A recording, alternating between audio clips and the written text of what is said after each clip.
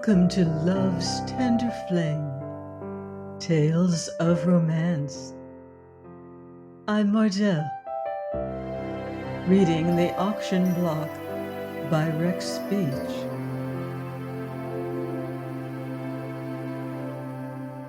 Chapter 14. Hichiku had gone home.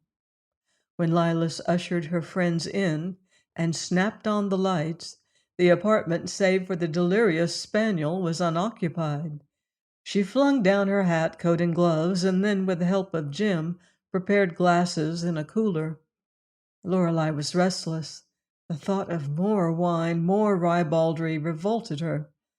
And yet she was grateful for this delay, brief though it promised to be. Any interruption, trivial or tragic, would be welcome. Meanwhile, her husband's eyes followed her hungrily. Strangely enough, the fears that had driven her to this reckless marriage had dwindled steadily since the final words were spoken. And now these apprehensions seemed in no wise so alarming as the consequences of her rash act. She cringed at her own thoughts. They set her to shivering. She stole a glance at her husband and was not reassured, for he continued to eye her with a look she did not like. She was forced to pledge her own happiness in a glass, then in a wild moment of desperation, longed to deaden herself with liquor as the others had done. Jim and Lilas were talking loudly when a key grated in the lock. The door of the little apartment opened and clicked shut again. Another instant, and Jarvis Hammond paused on the threshold, glowering. Lilas' wineglass shattered upon the floor. "Jarvis, you frightened me!" she cried. "Evening, Mr. Hammond." Bob lurched to his feet, upsetting his chair. This is a surprise." Jim had risen likewise, but Hammond had eyes for no one except Lilas. You're home again, finally. Where have you been?" he demanded in a voice heavy with anger. His hostile tone, his threatening attitude, brought an uncomfortable silence upon the hearers. "Now, Jarvis," said the bridegroom placatingly, steadying himself meanwhile with the aid of a table, "don't be a grouch. Everything's all right." Lilas remained motionless, staring defiantly. Her face had slowly whitened, and now its unpleasantness matched that of her elderly admirer. Hammond dropped his smoldering gaze to the half-empty glasses, then raised it, scowling at Jim. Who's this?" Lilas made her guess known. "Mr. Knight. Mr. Hammond, I believe you know Miss Knight." "So, you're the one." Hammond showed his teeth in a sardonic smile. "I'm the one, what?" inquired Jim with a sickly attempt at pleasantry. "By God, what does she see in you?" Hammond measured the young man with contemptuous curiosity. "Don't be an ass, Jarvis," began Lilas. She was interrupted roughly. "That's precisely what I don't intend to be, and I don't intend that Bob shall be one either."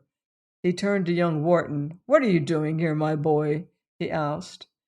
"Just stopped in for a minute. You'll find all the bric-a-brac in its place. Now don't get funny. I'm sorry to see you with these grafters." Hammond indicated Jim and Lorelei with a nod. "Eh? What's that?" Bob stiffened, and Jim murmured an indignant protest. "You heard me, they're grafters, and you'd better cut loose from them." "Wait a minute. Lorelei's my wife." "It's true, Jarvis." "Wife?" Hammond took a heavy step forward. "Wife? Hell, you're drunk, Bob."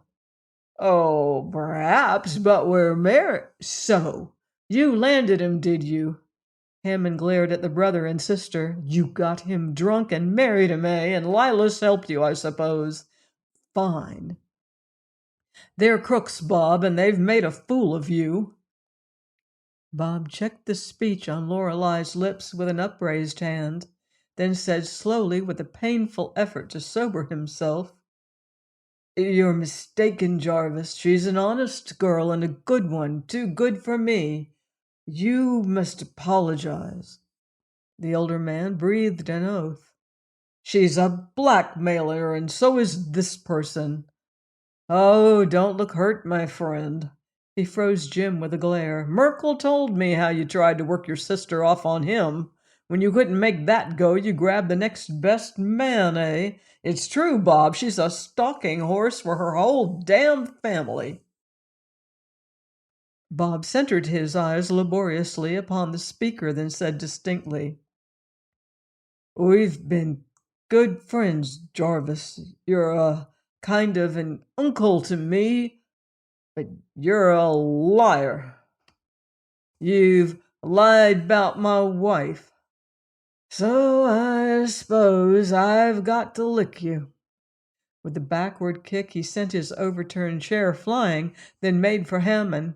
But Jim seized him by the arm. Lorelei sprang in front of him. Mr. What? Bob, she cried, you mustn't. For my sake.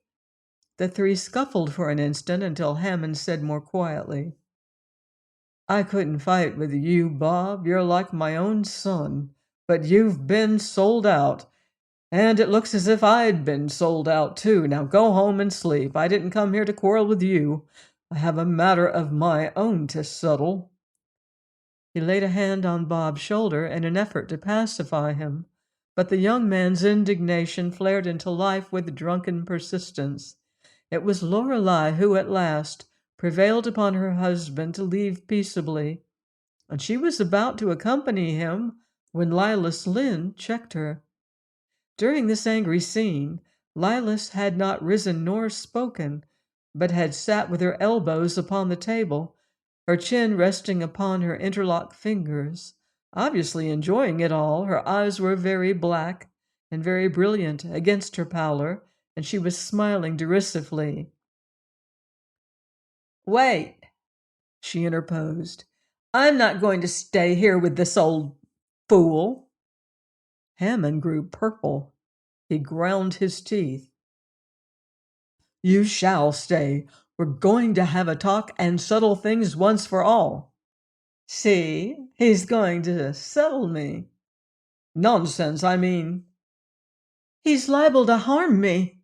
Lilas' words were directed as an appeal to the others, but her eyes mocked Hammond. Jim, dear, you won't leave me alone. Jimmy, not relishing in the least this attempt to goad the millionaire, remained silent, but no words from him were needed. We've got to have an understanding right now, stormed Hammond, so clear 'em out, I say. Lilas rose swiftly, with a complete change of manner. She was smiling no longer. Her face was sinister. Very well, she agreed. Tonight. Why not? But I want Lorelei to stay and hear. Yes. No, I don't want her. I do. Lilas' bad temper flared up promptly from the hot coals of a spiteful, drunken stubbornness. She'll stay till you go, or else I'll put you out too. I don't trust you. She laughed disagreeably. Then have your way. It's you I want to talk with anyhow, drunk as you are. Now, Bob, will you say good night? He waved the two men from the room, and the outer door closed behind them. Lorelei had little desire to remain as the witness to a distressing scene, but she seized upon the delay, for even a sordid lover's quarrel was preferable to the caresses of a sodden bridegroom.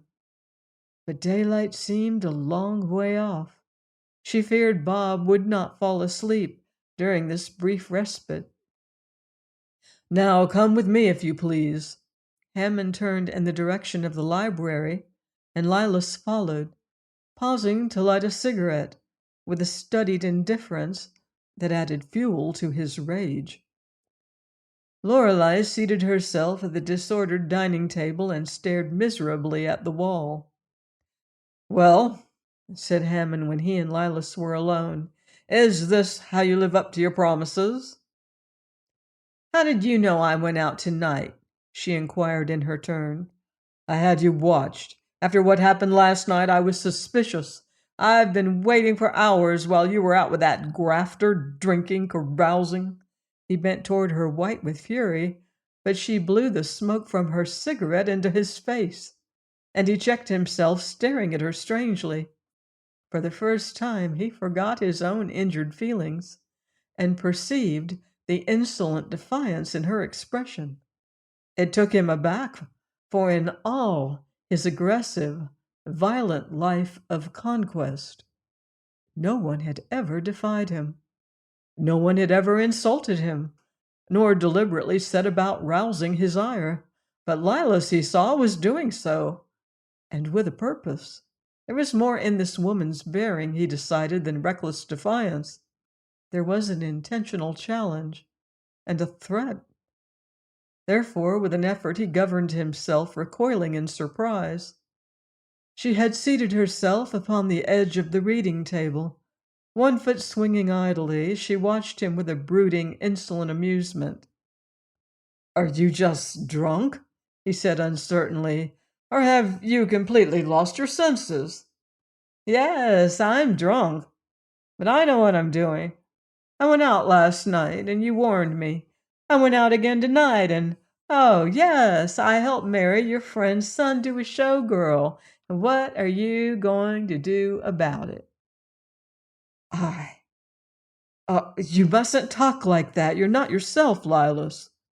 He ran his eyes over the luxurious little room. He wiped his face with a shaky hand, feeling that it was he who had lost his senses. "The wine is talking. When I asked you to marry me, I never dreamed." "You never dreamed I'd disobey you, eh? Well, I didn't intend to so early." She laughed again. "Now I suppose you'll drop me. What?" "There's nothing else to do if this—" "But I can't imagine what possessed you." She eyed him silently, with an expression he could not fathom, then asked, "Tell me, do you really care for me?" Jarvis Hammond was a virile, headstrong man. His world had come suddenly, inexplicably to an end. His voice was hoarse as he answered, "Do you think I'd have made a fool of myself if I hadn't? Do you think I'd have ruined myself?" "Have you ruined yourself?" she interrupted quickly. "Not quite, perhaps, but what I've lost, what I've sacrificed, would have ruined most men. My home is gone, and my family, as you know, yes, and a good many other things you don't know about. Financially, I'm not done for." "That's too bad." "Eh?" She motioned him to proceed. "You've cost me dear enough as money goes, for you've gotten into my brain somehow. I was never foolish over women until I met you, but you made me lose my grip on things, and indirectly I paid high.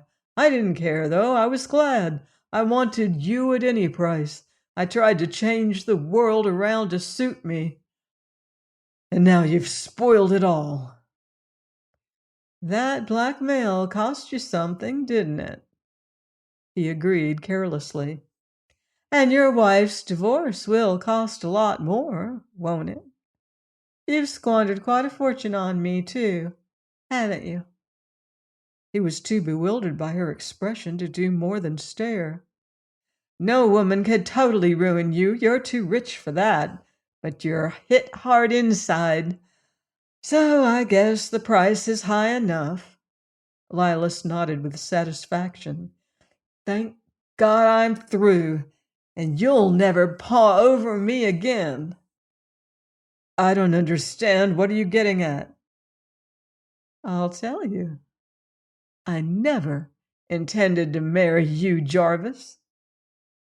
He started as if she had struck him. "That's what I said," she reaffirmed, "and I'll tell you why. Look at me. Close." He did as she directed, but saw nothing, his mind being in chaos. It had been her intention to call Lorelei to witness this dramatic disclosure, and thus enhance its effect, but in the excitement of the moment she forgot. "Look at me," she repeated. "I'm Lily Levinsky." "Levinsky? A Jew?" he exclaimed in naive surprise. "Yes, I'm Joe Levinsky's girl, don't you remember?" Many times she had rehearsed this declaration, picturing the consternation, the dawning horror it would cause, and deriving a fierce, quivering pleasure from the anticipation. But the real effect was disappointing. Hammond only blinked stupidly, repeating, "Jew." It was plain that the name meant nothing. She slid down from her perch and approached him, crying roughly, "Don't you remember Joe Levinsky?" Hammond shook his head. "He worked for you in the Bessemer plant of the Old Kingdom Mill, don't you remember?" "There were 4,000 men." "He was killed when the converter dumped. You were rushing the work. Do you remember now?" Her words came swift and shrill. Hammond started. A frown drew his brows together. His mind groped back through the years, and memory faintly stirred, but she gave him no leisure to speak. "I was waiting outside with his dinner bucket, along with the other women. I saw him go. I saw you kill him." "Lilas, good God, are you crazy?" he burst forth. "It was murder." "Murder?" "It was. You did it. You killed him." She had dropped her cigarette, and it had burned a black scar into the rug at their feet. Hammond retreated a step. The girl followed with blazing eyes and words that were hot with hate.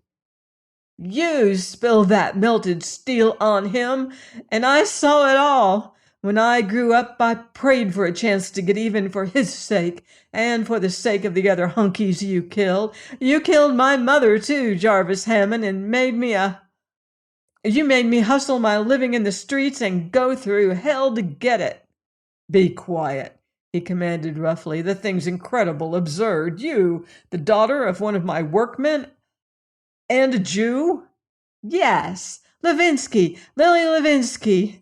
And you wanted to marry me. But I fooled you." "I guess I must be out of my head." "I never knew the man. There were thousands of them. Accidents were common, but you say—" He gathered his whirling thoughts, and strangely enough grew calm. "You say you prayed for a chance to get even, so then you've been humbugging." "By God, I don't believe it." "It's true! It's true! It's true! It's true!" shrilled the girl so hysterically that her voice roused Lorelei, sitting vacant-eyed in the room down the hall, and brought her to her feet with ears suddenly strained. Lorelei could hear only a part of the words that followed, but the tones of the two voices drew her from her retreat and toward the front of the apartment.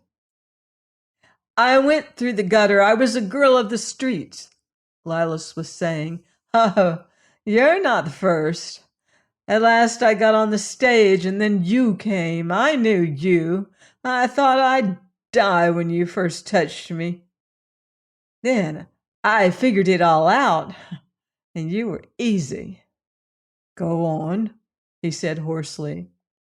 "You were a bigger fool than I dreamed, but you were old. You didn't know women. I knew men, though, old men especially." "You took my money. You let me support you," cried Hammond in bitter accusation. "Oh, I did more than that. I planned everything that has happened to you, even that blackmail." "Blackmail!" he shouted. "Did you? Was that your—" He grew suddenly apoplectic. His eyes distended and reddened with rage. His dismay delighted her. Certainly, she smiled. Half the money is in my bank at this minute, besides all the rest you've given me. Oh, I've got enough to live on without marrying you. Who do you think put your wife wise and gave her the evidence for her divorce, eh? Think it over. As she watched the effect of her words, Lilas felt that her satisfaction was now complete. The man's slack jaw, his staring bloodshot eyes convinced her that this moment was all that she had wished it to be. You'll settle with her for $1 million, and then you'll settle with me for this. She indicated the elaborate apartment with a gesture. You think this ends our affair, don't you? Well, it doesn't. Oh, no. You can't cast me off. I'll drag you through the gutter where you sent me, and you'll either marry me or the courts and the newspapers will get all your letters. You can't buy them, the letters. I'm rich, understand? Do you remember those letters? You were very indiscreet. Do you want me to quote them? The less said, the better, perhaps. Your wife will read them, and your daughters. Jarvis Hammond roused himself at last. Surprise, incredulity, dismay gave place to fury. And as in all primitive natures, his wrath took shape as an impulse to destroy. You'll do that, eh? His tone, his bearing were threatening. He advanced as if to seize her in his great hands, and only her quickness saved her. Don't touch me! Her voice ended in a little shriek as she evaded a second effort to grasp her and placed the table between them. What do you mean? But it seemed that she had done her work too well, for his answer was like the growl of a hungry beast. His eyes roved over the table for a weapon, and reading his insane purpose, she cried again, Don't do that! I warn you! The nearest object chanced to be a crystal globe, which was set in a tiny French clock, one of those library ornaments serving as timepiece and paperweight. Over this his hand closed. He moved toward her. Put that down, she cried. He did not pause. Put it. She wrenched at the table drawer and fumbled for something. Hammond uttered a bellow and leaped at her. It was a tiny revolver small enough to fit into a man's vest pocket or a woman's purse. But its report echoed loudly. The noise came like a cannon shot to the girl in the hall outside and brought a cry to her lips. Lorelei flung herself against the library door. What she saw reassured her momentarily, for although Lilas was at bay against a bookcase, Hammond was rooted in his tracks. A strange, almost ludicrous expression of surprise was on his face. He was staring down at his breast. The revolver lay on the floor between him and Lilas. Lorelei gasped an incoherent question, but neither of the two who faced each other appeared to hear it or to notice her presence in the room. I told you to keep off, Lilas chattered.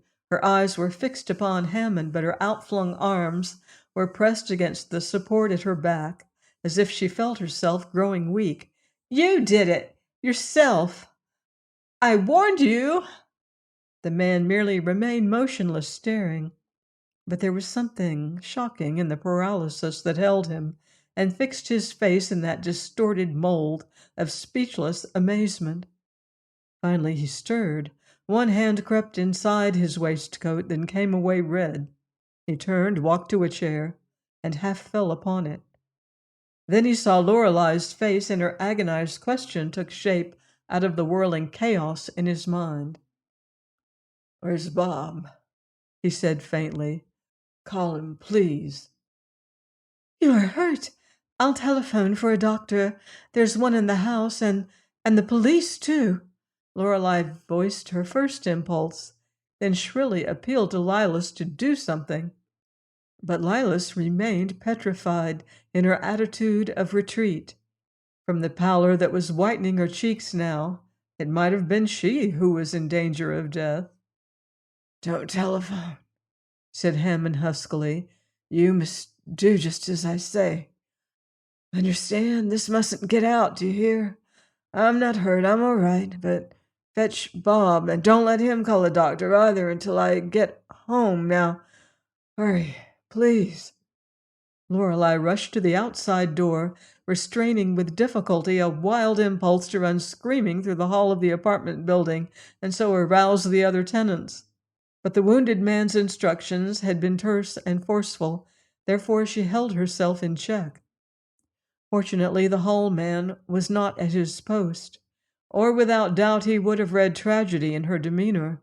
With skirts gathered high and breath sobbing in her throat, the girl fled up the stair to her own door, where she clung, ringing the bell frantically. She could hear Bob's, her husband's, voice inside, raised in the best of humor. Evidently he was telephoning. "Yes, 2 hours ago, I tell you, with bell, book, and candle. Sure, I'm happy. Couldn't be otherwise. I'm drunk and married. I knew you'd be glad. What? No, glad because I'm married." Jim's footsteps sounded. His hand opened the door. Then his arm flew out to his sister's support as she staggered in. "Sis, what the devil?" he cried, aghast at sight of her. "Something dreadful." Bob continued his cheerful colloquy over the wire. "Just got in from your nightly joyride, eh? Lucky I caught you. Say, here she is now. We'll expect a marble clock with gilt cupids from you, Merkel. I want to say hello." He lurched aside from the telephone as Lorelei snatched the receiver from his hand. "Mr. Merkel!" she cried. "Hello, yes, is that you?" came Merkel's steady voice. "Come, quick, quick!"